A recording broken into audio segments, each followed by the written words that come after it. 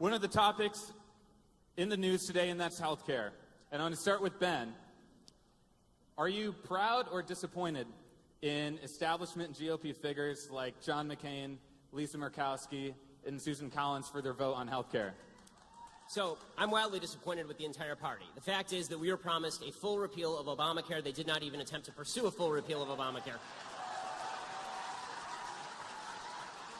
And the fact of the matter is that there's a significant gap inside the Republican Party about whether this should even happen or not. There are people who believe that the Obamacare regulations are an affirmative good. There was an attempt to basically leave all the Obamacare regulations in place and just remove the funding mechanism, which would have led to the exacerbation of the death spiral. The truth about healthcare is this. There are three qualities of healthcare that you can have. You can have affordability, you can have universality, or you can have quality. And you can have two of those three things, but not all three. Right? You can have universality, affordability, or quality. Two of those three things you can have. And one of the things that's happened with Obamacare is that you've gotten closer to universality, but you haven't gotten any closer to either affordability or quality. And the Republican Party seems to be falling into the trap of basically just copying what the Democrats do, except being worse at it.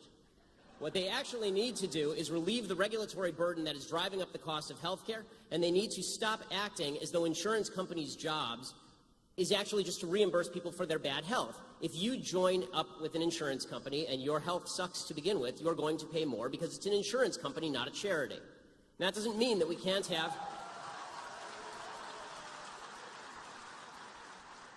Now, that doesn't mean that we can't have some form of backup for people who have pre-existing conditions. I would hope that the social fabric would help fill that in. This is why I'm a big believer in charity and churches and synagogues filling that gap.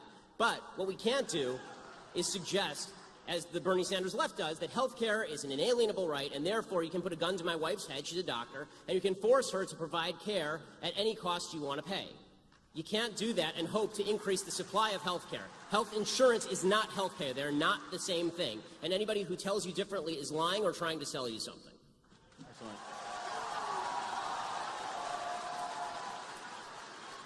Cenk, your take on the healthcare vote. Great. Before I do that, first of all, welcome to the Thunderdome. All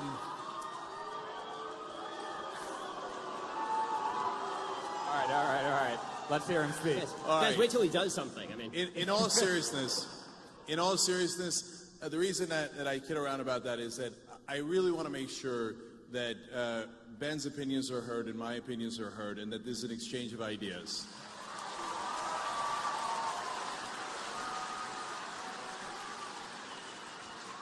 And believe it or not, there are some things that we do agree on, and what we won't be discussing those tonight.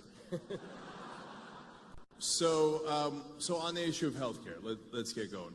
So the Democratic Party is incredibly proud that they defeated a bill that had 17% approval rating. It's a low bar, and I'm glad they held. The Republicans have a comical position, which is that why didn't the Democrats help us defeat Obamacare? Well, that's kind of because that was their idea, and why in God's green earth would they help you defeat their own plan? Now, is Obamacare enough? Not nearly. And there are a number of issues that we had as progressives with it, including lack of price controls. You left it in the hands of private insurance, and of course, them being corporations, which Ben kind of alluded to there, they're going to want to make money. And so that is very, very normal. And so I don't think that that was the right way to approach it, and it was originally a Heritage Foundation plan to begin with. So I believe that the right approach, and the one that Democrats should pursue next, although they probably won't, is Medicare for all.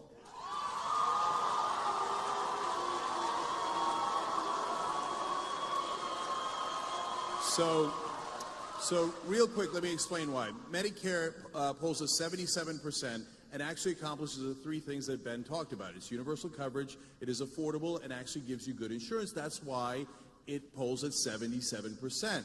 And Medicare for all now polling at 60%. Federally funded health insurance for everybody polling at 61%. So I tell to my Democratic friends, you might want to try something that's popular for a change. So, and finally, like on the idea that, hey, listen, everybody can't get health care. Well, this is not like furniture, which sometimes you allude to, Ben. You could have good furniture, bad furniture. I've had it all, right? That's optional. If you don't have good health care, you die. And And so I view it as not something that capitalism should deal with, and I believe in capitalism, and I think they make great sneakers, but something that is about equality of opportunity. And you cannot have equality of opportunity if you're dead. So Medicare for all. Okay. Go ahead. So a couple of notes in response to the Medicare for all shtick. So this is Bernie Sanders shtick, obviously. The problem with Medicare for all is that when people say that it's affordable, this isn't affordable to the person who has the Medicare. It is not affordable to the country. In fact, it is so unaffordable to the country that the state of California was a nut job leftist state, just refused to even pass Medicare for all because it would have immediately doubled the debt.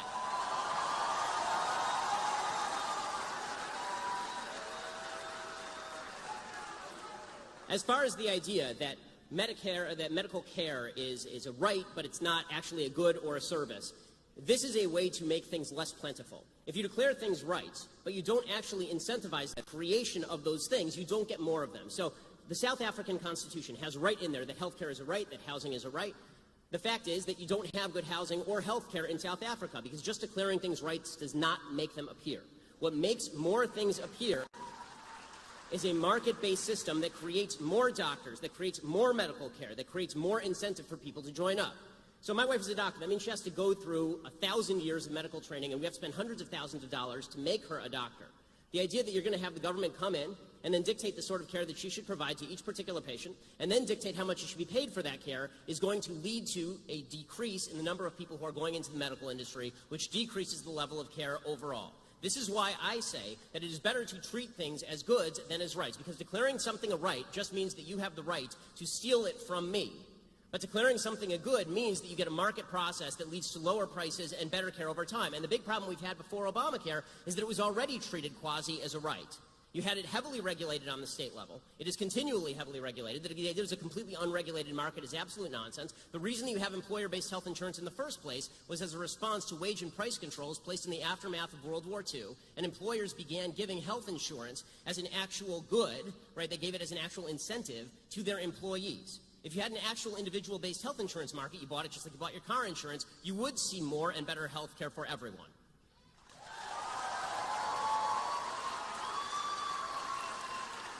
Yep. All right. So, Ben, I don't want to steal health insurance from you. I want you to be healthy. That's why I want Medicare for all. You just want to take my money and my wife's services. So, Republicans frame taxes as stealing. That's preposterous. So if we don't have taxes, well, we can't do all the things that we want to do as a community. Now, there are some things that we just talked about that we don't want to do as a community, we want to do as individuals. In fact, the things that we want to do as individuals are much greater. That's why we're a mixed economy, but largely capitalist. And I agree with that. And I run a small business myself, getting larger every day. So, but there are some things that the government should do. They should do the military, cops, roads, bridges, and yes, education and health care. That's because, conservatives seem a little confused about how health care works. Paul Ryan had a whole press conference about this. Ben a little bit alluded to it there. They're like, oh my God, it turns out the healthy subsidize the sick. Yeah, that's insurance. That's how it works. It's like the people with that are not getting into accidents are subsidizing the accidents. Yes, that's car insurance.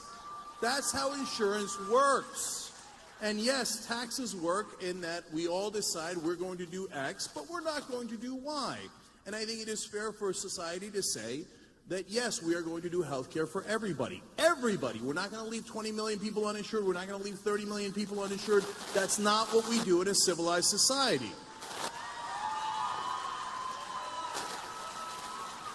And from time to time, the attack against Medicare, they say, oh, it's an entitlement. Yeah, we paid for it through payroll taxes our whole lives. You're goddamn right we're entitled to it. Because we paid for it. We paid for it. And so when you take out the middlemen of the insurance companies that put their profits in there, that put their marketing in there, that put their lobbyist money in there, that means more savings for Americans. And so finally, the idea that it can't be done is preposterous since every other Western developed country does some version of single payer. It obviously can be done, and it is done at lower rates and better coverage. So let me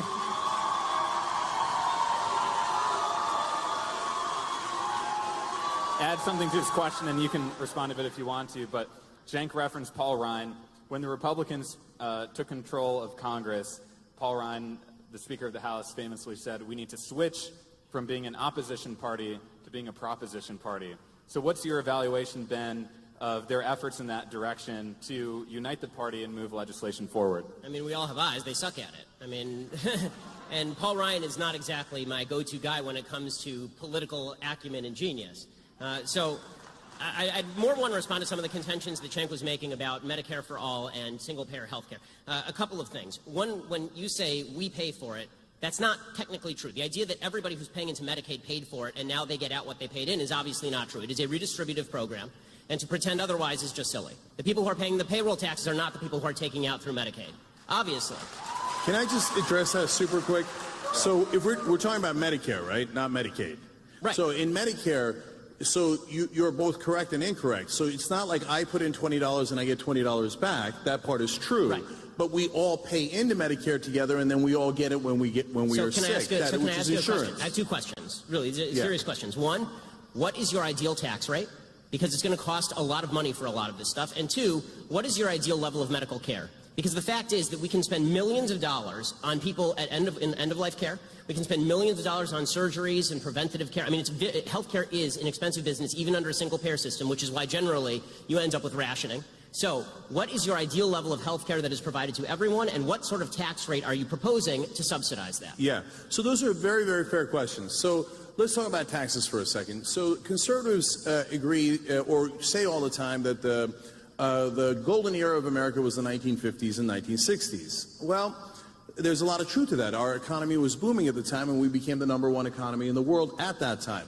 The tax rate for the highest bracket fluctuated between 70 and 91%. So that is when we were at our best. Now, I want to be clear. I'm also a businessman, and boy, that seems high. It does, okay? And one of the reasons my family were Republicans when I was growing up was because before Reagan came in, the highest marginal tax rate was 70%. So now we are nowhere near that. We have reduced taxes to bare bones, and we have shifted the taxes onto the middle class and away from the rich and corporations. So there is a much better balance to be had. And if you said to me, well, you're going to have $800 in taxes that are new, I say, wow, that hurts. But you're going to save $1,000 in premiums, deal. That is a deal I will take every time because I can do math. Okay. So that is the beginning of your answer to taxes. And then you said how much care. Well, so that is something that all the countries that do single payer or a version of single payer struggle with, and they have learned a lot of lessons. And if we stop saying, America's #1, we might actually just, first of all, on this issue, we're number 37. And if we looked at what Japan is doing so well, keeping costs down to half of ours and less, we might actually learn something from Japan, Switzerland, and other countries. And by the way, when we say Medicare for all, Medicare Advantage exists. So you can actually add private insurance on top of that, and I find that perfectly great. I have no problems with that at all. So that is the government making sure you don't die and actually lowering rates for you. And then if you want more insurance, no problem. So all this sounds great, except for the fact that Medicare, Medicaid, and Social Security eat up 66% of the federal budget every single year. The idea that all of these socialized medicine countries have it so much better than we do, particularly in terms of cancer care, is a joke. We are still #1 in terms of 5-year cancer survival rate here in the United States. And when you talk about top marginal tax rates in the 1950s, there are a couple of things that are worth noting. One, that was top individual marginal tax rates, not necessarily the business tax rate. We now have some of the highest corporate tax rates altogether in the industrialized world. And if you would prefer for us to destroy half of the world before we become the only country that didn't have its industrial capacity destroyed, which is what happened in the 1940s, leading to us being the only productive country on planet Earth, essentially, for the next 2 decades, I'm not with you there. I'm not really in favor of having a giant world war that destroys all industrial capacity across the West, so we're the only people who actually have the capacity to produce anything and just markets that we can provide to. Right. So, first of all, it is fair to say that, of course, the 1950s and 60s were different. We'd just come out of the war. So, but you have to consider all the different factors. So one was that factor, and the other factor that was the one I mentioned. So when Republicans and conservatives say, well, high taxes by definition will lead to slower growth, well, we know because of our experience in the 1950s and 60s that isn't true. Now, you can say there are other factors, but you can't say that the highest marginal tax rate being 70 or even 90% slows down growth, because it didn't. And it wasn't in Japan and Switzerland. It was right here. And by the way, as a guy who grew up Republican, I was surprised by that too. I was surprised that Finland's system of non-competition in schools worked, but it does. So we have to be open to facts and understand. So, and on the issue of where we're good and not good in healthcare, sure, there are different areas where we excel. But Ben, honestly, you're cherry picking there one particular area that we're good. Overall, we're number 37. That is not a good result. Well, you have so to if we're break not out dying that from means. cancer, we're dying from other things. It's empirical. We are not as healthy.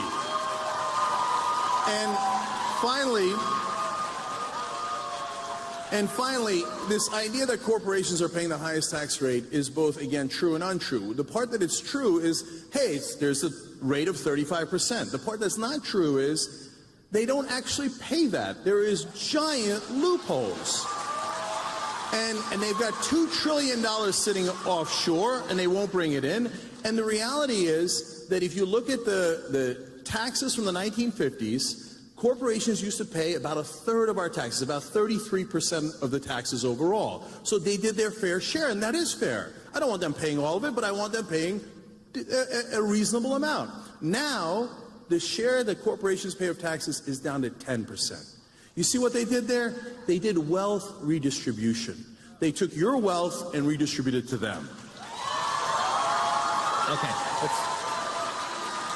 Ben, I'll let you respond to that. Yeah, one more quick point, and then Sure. I'll be done with this, because we can do healthcare for 8 hours here. But two things. One, I'd like to know which tax deduction. When people say tax loopholes, a tax loophole is just a tax deduction that's available to everyone, and some people take advantage of it and some people don't. I can't take advantage of certain corporate tax deductions because my business isn't in those businesses, for example.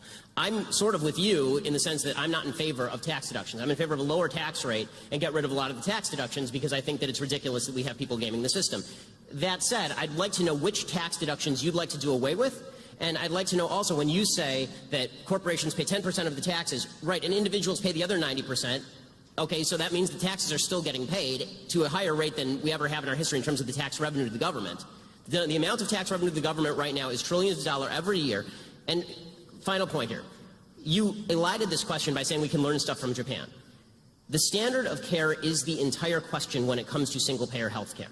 That is the entire thing. If people felt like they were going to get the same access to care in a single-payer healthcare system as they did in a system where they can pay their own way, then we would have no controversy here. But the fact is that rationing is mandated as soon as you start having the government run the healthcare system and decide what level of care people get. So I don't want anyone deciding what level of care that I can get. I don't want anyone else to. They don't care about me. They don't know my child's name. They don't know my name. All they know is how much I cost. I mean, Ezekiel Emanuel's at least honest about this. Ezekiel Emanuel comes out and says, listen, I want to die at 70, right? I want to die at 80. That's fine with me. I'd rather die at that. Well, that's good for him. But if I don't want to die at 80, or I don't want my father to die at 80, it's none of his damn business.